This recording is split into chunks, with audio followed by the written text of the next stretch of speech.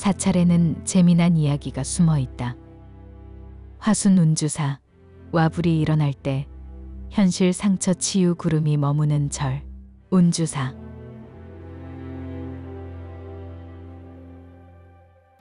천불천탑이 구름 속에 있는 광경은 가히 상상만 해도 비경이다. 운주사의 돌부처는 하나하나 뜯어보면 한결같이 못생겨서 부처의 위엄이라고는 전혀 찾아볼 수가 없다. 코, 입은 물론 신체 비례도 제대로 맞지 않으며 정통 불상이 지닌 도상에서 크게 어긋난 파격적인 형식미를 띈다. 석탑도 마찬가지이다. 정형을 깬 파격미, 힘이 실린 도전적 단순미, 친근하면서도 우습게 느껴지는 토속적인 해양미와 아울러 그것들이 흩어져 있으면서도 집단적으로 배치된 점이 운주사 불적의 신선한 감동이며 특별한 매력이다. 비보풍수의 태도인 도선국사는 국토의 모든 산봉우리를 부처로 보았고 우리나라의 지형을 행주형국으로 짚었다. 국토 전체를 태평양으로 향하는 배의 모습으로 본 것이다. 국토의 산세를 살피던 국사는 장차 나라가 변란과 내분으로 평안치 못할 거라고 예감했다. 동해안인 관동지방, 영남지방은 태백산맥으로 산이 높아서 무겁고 호서 호남은 평야가 많아서 가볍기 때문에 동쪽으로 나라가 기울어진 까닭이기 때문이다. 그래서 비보로 월출산에서 조금 떨어진 화순의 천불산 다탑봉 운주사에 1000개의 불상과 1000개의 탑을 조성하려 했다. 뱃머리에 부처라는 짐을 많이 실으면 배가 균형을 잃지 않을 것이며 천불천탑을 세우면 높은 탑은 돛대를 삼고 천불은 사공이 되어 태평양을 향해 저어가면 풍파를 헤쳐나갈 수 있으리라 생각한 것이다. 도선국사는 즉시 사동 하나를 데리고 와서 털을 다듬어 놓고 도력으로 천상의 석공들을 불러 흙과 돌을 뭉쳐 천불천탑을 만들어 달라고 부탁한다. 천상의 석공들은 다음 새벽 달기 울기 전까지란 단서를 달고 도선의 청을 받아들였다. 하지만 국사가 하룻날 하룻밤 사이에 천불천탑을 세워 새로운 세상을 열어보고자 했으나 공사가 끝나갈 무렵 일하기 싫어한 동자승이 꽃기요 하고 닭 울음소리를 내는 바람에 석수장이들이 모두 날이 센 줄 알고 하늘로 가버려 결국 미완의 와불로 남게 되었다고 한다. 북두칠성은 풍요, 생명의 관장, 죽은 영혼이 돌아가는 별을 의미한다.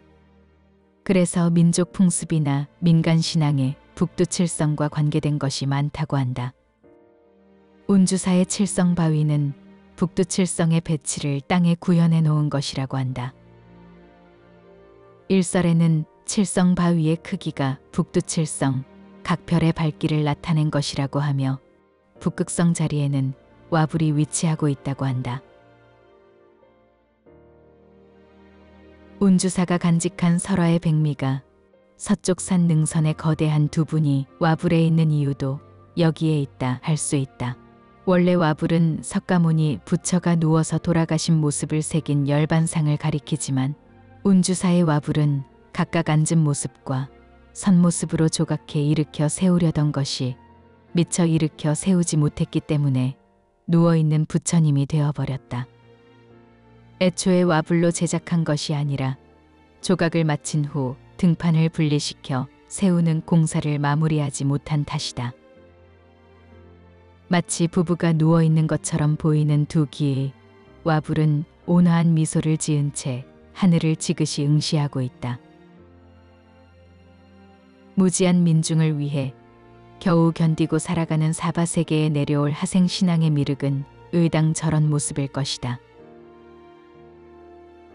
누워있는 부처가 일어서면 미륵 세상이 온다고도 하고 새로운 세상이 열린다고도 한다. 시인들은 다투어 운주사를 노래하고 소설가들은 미처 우리가 알지 못한 천불천탑의 비밀들을 끄집어낸다.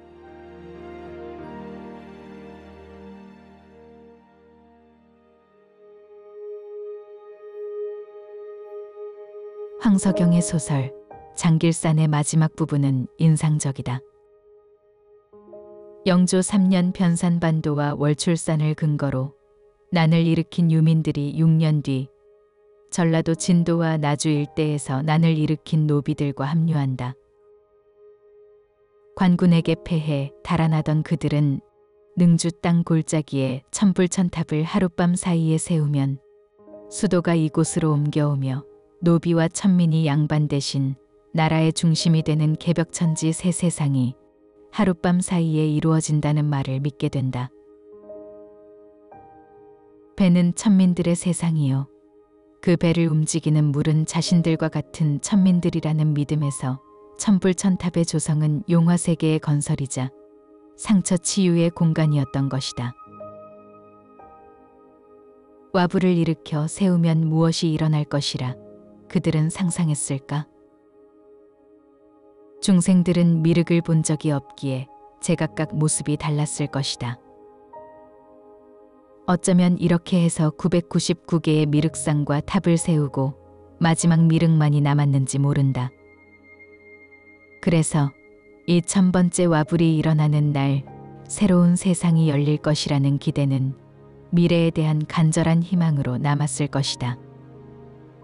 이처럼 와불이 일어서면 새로운 세상이 온다는 흥미진진한 설화는 억압받으며 힘겹게 살아야 했던 많은 민초들에게 미륵화생의 간절한 희망이자 현실 치유의 방편이 되었다.